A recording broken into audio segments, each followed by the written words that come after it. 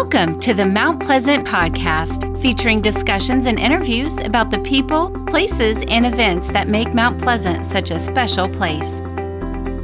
This is the Mount Pleasant Podcast. I'm your host, Brian Cleary, and all thanks to the great people of Mount Pleasant Magazine, I get the honor, the privilege of introducing you to Mount Pleasant, the people who make it such a special place to do business, to work, and even to live. We're introducing you to Mount Pleasant's best on the Mount Pleasant Podcast. Here we are again for the next episode of Isle of Palms podcast, and we're honored here. Ernie Passailaigue, I'm just thanks for inviting us into your home. Well, it's a pleasure to have you, Bill, and you can look around and see this is a part of paradise. It is paradise. Yeah. And you know, in our conversations, you've lived on the island 35 plus years. Yes, moved over here in 61 when I was 14 years old, so that'll give you my age. But that was a great experience, just growing up on the Isle of Palms in my teenage years. Yeah, you said you used to hang out or play at the old campgrounds. I did. In fact, 41st Avenue was kind of the end of the Isle of Palms. The next step was China, you know, as far as I knew. Was J.C. Long still developing out here at that point? Yes. I think the company he developed under was Laco. There's a lot of highlights in your career, obviously. But you were in the State House. Were you in the State House? You were in the Congress? Yeah, South Carolina. I was in South Carolina Senate from 1988 to 2001. And you decided not to run again. Correct. I was offered a position by the new Lottery Commission to become its first executive director, and I accepted it. In August of 2001, I went to work. No desk, no office really, no phone, no fax machine, no computer, no nothing beside me. You were one of the first ones in the state to work remotely. Pretty much. They did give me the Budget Control Board gave me one office to start off with. Well, I do want to go to the lottery, but you've had so many other great things that you've done besides the lottery. And one of the things that in our conversations is I really like the fact your colleagues in the Senate, South Carolina Senate, they really trusted you. And we were talking about the bridge, the Ravenel Bridge, when we talked about, and we both talked about our admiration for our mutual friend, our colleague, Arthur Ravenel, which, you know, and his wife, Rick. You guys got together to help build that. Can you tell that story a little bit so people will know? Well, this kind of predated the bridge, but a lot of people ran, especially over here, ran on the idea of building a new bridge to take care of the needs of the people.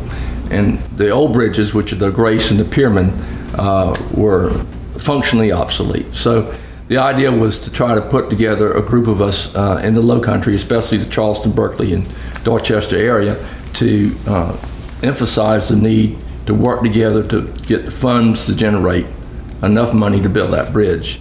And I think at the time, this is a back memory, so I might be corrected, but we were looking at maybe $500-600 million at that point in time to try to build a bridge we wanted to build.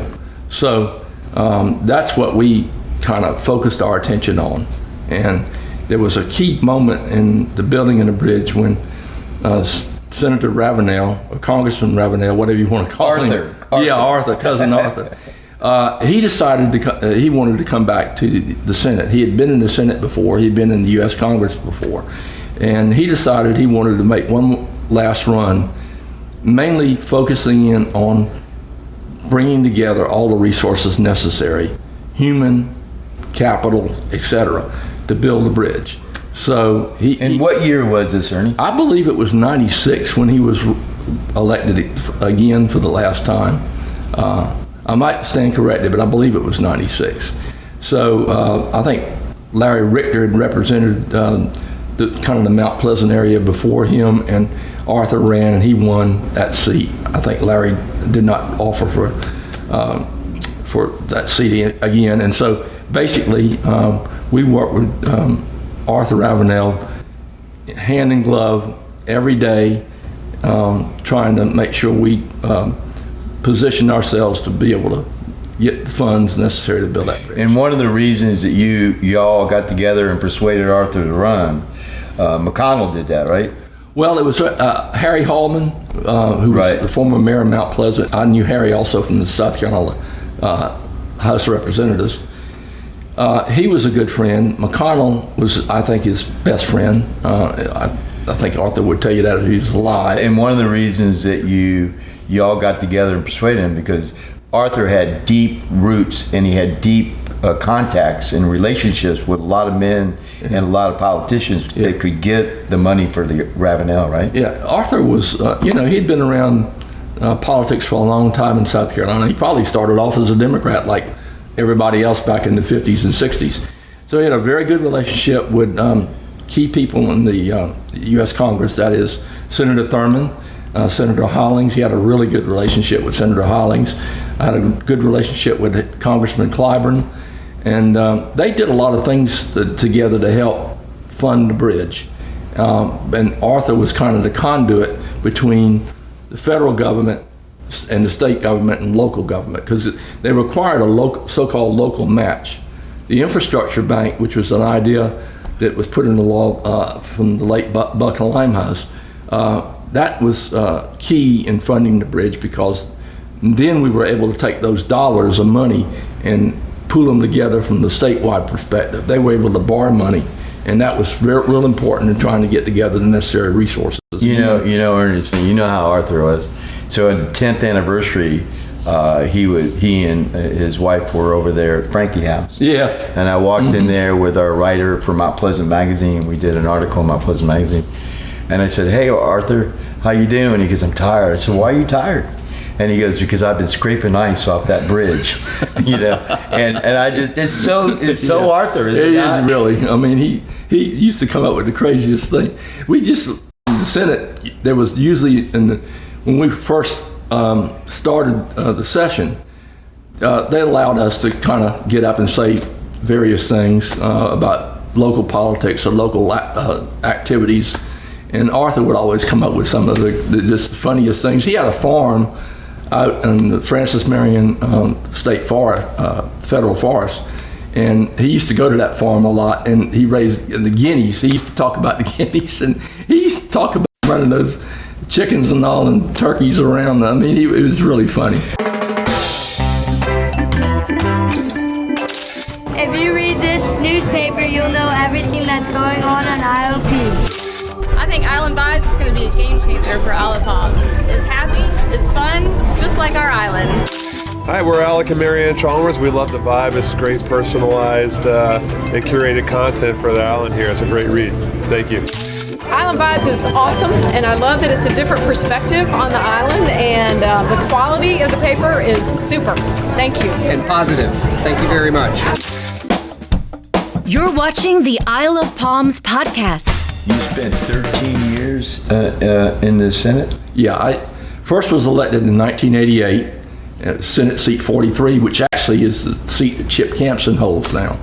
And I resigned that seat in August of 2001 when they offered me the position of executive director of the South Carolina Lottery. So I do want to talk about the lottery, but like I said, you've done so much more than that. I get the feeling that your colleagues in the Senate really trust you. Your background's numbers and CPA, okay?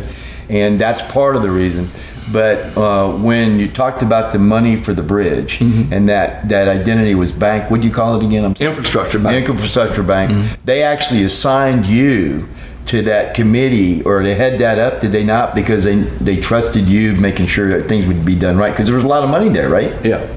So the way that worked is the Infrastructure Bank was a position created under a statute, the newly created statute.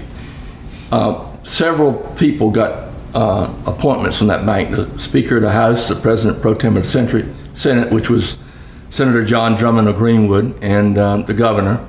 And so our appointments came through Senator Drummond of Greenwood. And the first appointment he put on there was a guy named Luke Rankin, because Luke was trying to develop Luke was from Myrtle Beach, so he was trying to do the Conway bypass and some of the infrastructure up there in the Horry County area.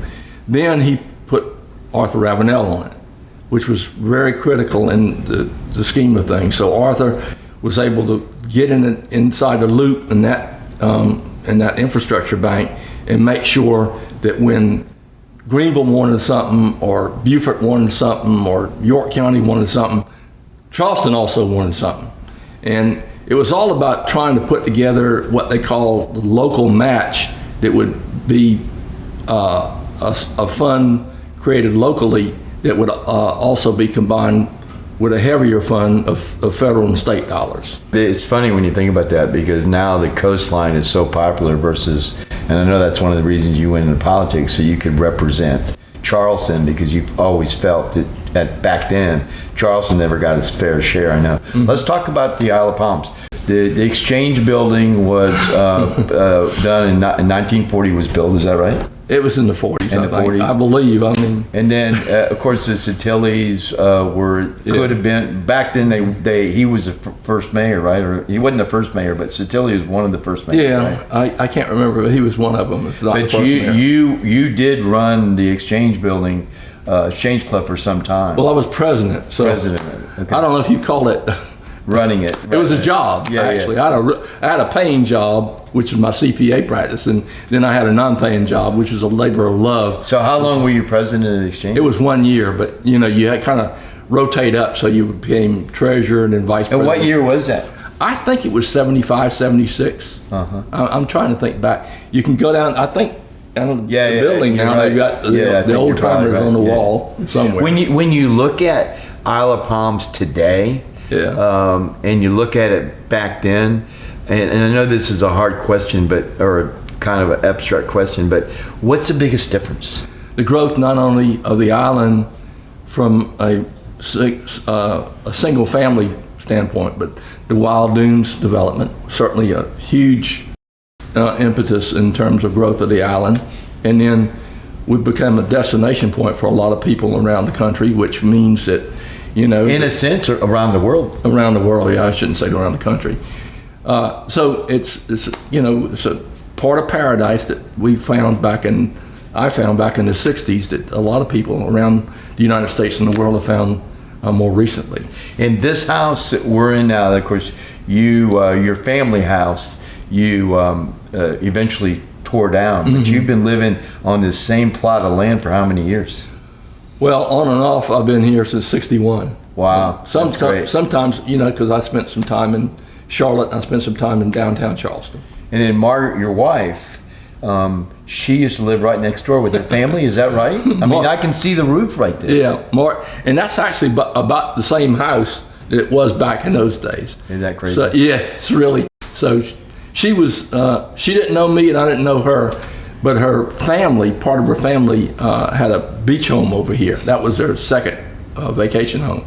And she would tell me that all she remembered was a lot of beer drinking, yelling and screaming as my dad and mom and some of us as teenagers had parties over here. The lot in the home back then, there was a lot in the home.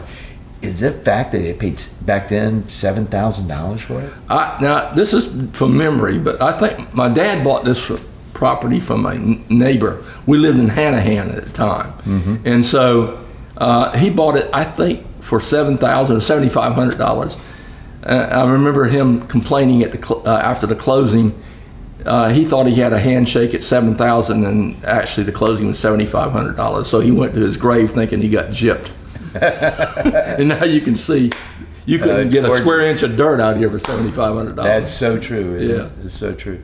So let's go to, because we talked about it for a good while, and I didn't want to start off with that, but let's go to the lottery. Yeah. So my understanding is your colleagues wanted you to learn about lotteries, and you ended up going and exploring, like Georgia was one of them. When I first came to the Senate, there was a fellow, Sherry Marchink's father, Ryan Shealy, out of Lexington, ran the lottery bill, and he retired in '92. So I decided after '92 I'd take it up.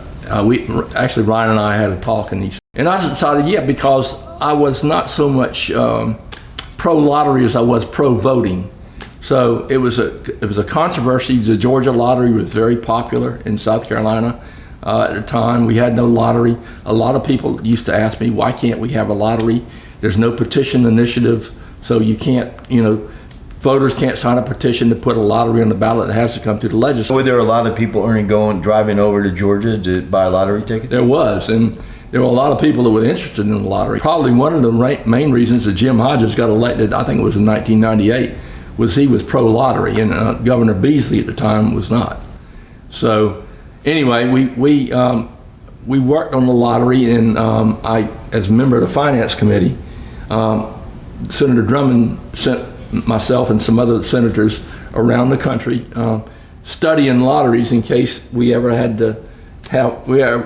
was a need to have one in South Carolina. Everybody in the Senate then was pretty sure it was going to be voted, or likely to be voted. If it ever, people were sure of this, if it ever got to the ballot, it would be a positive vote. Okay. But that's a constitutional amendment, so it was a very high hurdle. The first thing you had to do was have a vote of 2/3 of the House separately and 2/3 of the Senate to pass the resolution to put it on the ballot. So it was a super. That's for any constitutional amendment. Okay. We passed that in the Senate, I think in 99, I believe. It went to the House. They concurred with the lottery bill. That went on the ballot in 2000, and it passed. I don't know what it was, but it had an overwhelming vote. And so in 2001, we had the legislature, when they reconvened for the new legislature, well, I just got reelected along with 46 other senators, or 45 other senators. The thing that we worked on was what it calls the enabling legislation, which is the guts of the nuts and bolts of running a lottery. It was voted in, and then you were appointed to run it because of how did that evolve? Well, I had some friends. So I had some friends in the legislature, namely Glenn McConnell and Arthur Ravenel asked me to look at being the director. Their take on it was they were kind of distrustful of, I have to say it, Governor Hodges appointed. They didn't want an outsider coming in and they didn't want to have somebody appointed. They wanted to have somebody inside, like you. Well, just they said. wanted somebody they thought they can trust, that knew what the lottery was about. I'd studied it, I'd worked on it, et cetera, et cetera. It was my bill in the legislature, so I knew a good bit about it. And they didn't want somebody. Arthur used to say somebody was from off, O-F-F, and that meant somebody that was not from here. And so he used to tell me, I don't want somebody from off coming in and becoming the director of our lottery, because it requires somebody that knows the Palmetto State and its politics and the players and what you need to do to run a lottery. How many years did you run it? I was the first employee in August of 2001. I resigned in June 30th of 2009 and went to start the Arkansas lottery. Starting a lottery is different than, like starting a business, is different than just going into the existing lottery. So it's a lot.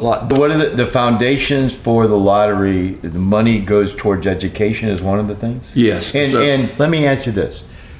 Has our lottery, remember, you're not running for office. Right. You can just say Never whatever again. you want. You want to say what you want to say. Yeah, never again running for office. Has it done what it's supposed to do for the residents of South Carolina? Well, I think so. So all the proceeds by law have to go to education. That's why it's called the South Carolina Education Lottery. But it doesn't have to all go to scholarships. For instance, the Georgia Hope Scholarship, which was the very popular scholarship that we modeled some of our stuff after, was mainly the total amount of funds from the Georgia Lottery went to that funding the Hope Scholarship. In South Carolina, you have K through 12 getting money, like you have well, that's great. That's school buses, you have colleges and universities getting money.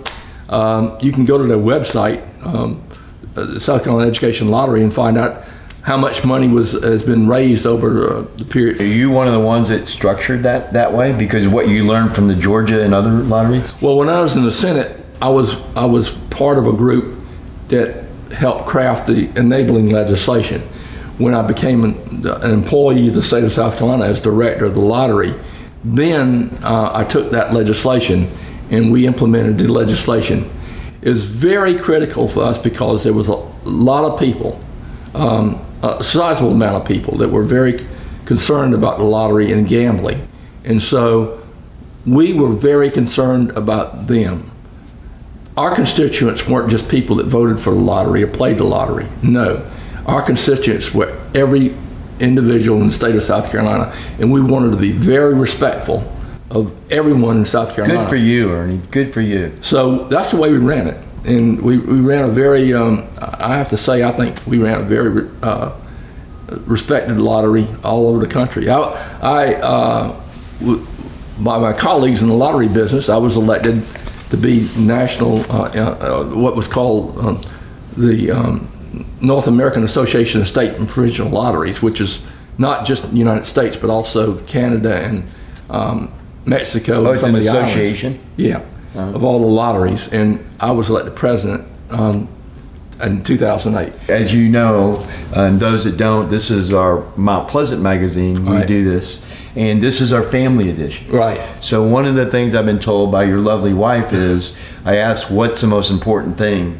And she says family. Mm-hmm. And those philosophies you have about the residents of the state of South Carolina, mm-hmm. and as you crafted the mission, if you would, for mm-hmm. the lottery, part of that's based on your belief of family. And I think that's what makes South Carolina, and particularly Mount Pleasant, such an awesome place to live and the island, because a lot of people that surround you and I and the community that we serve mm-hmm.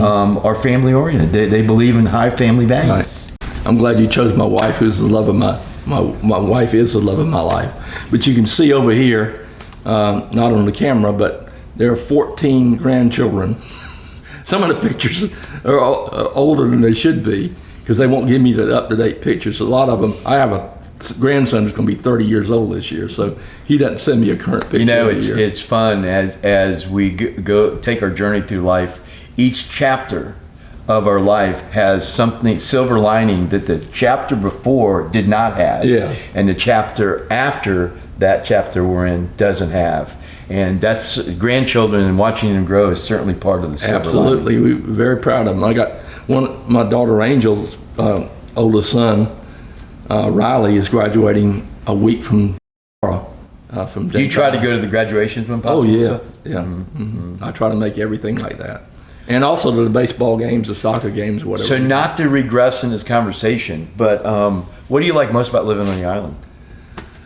Well, like I said, when I moved over here, it's a little bit of paradise for us.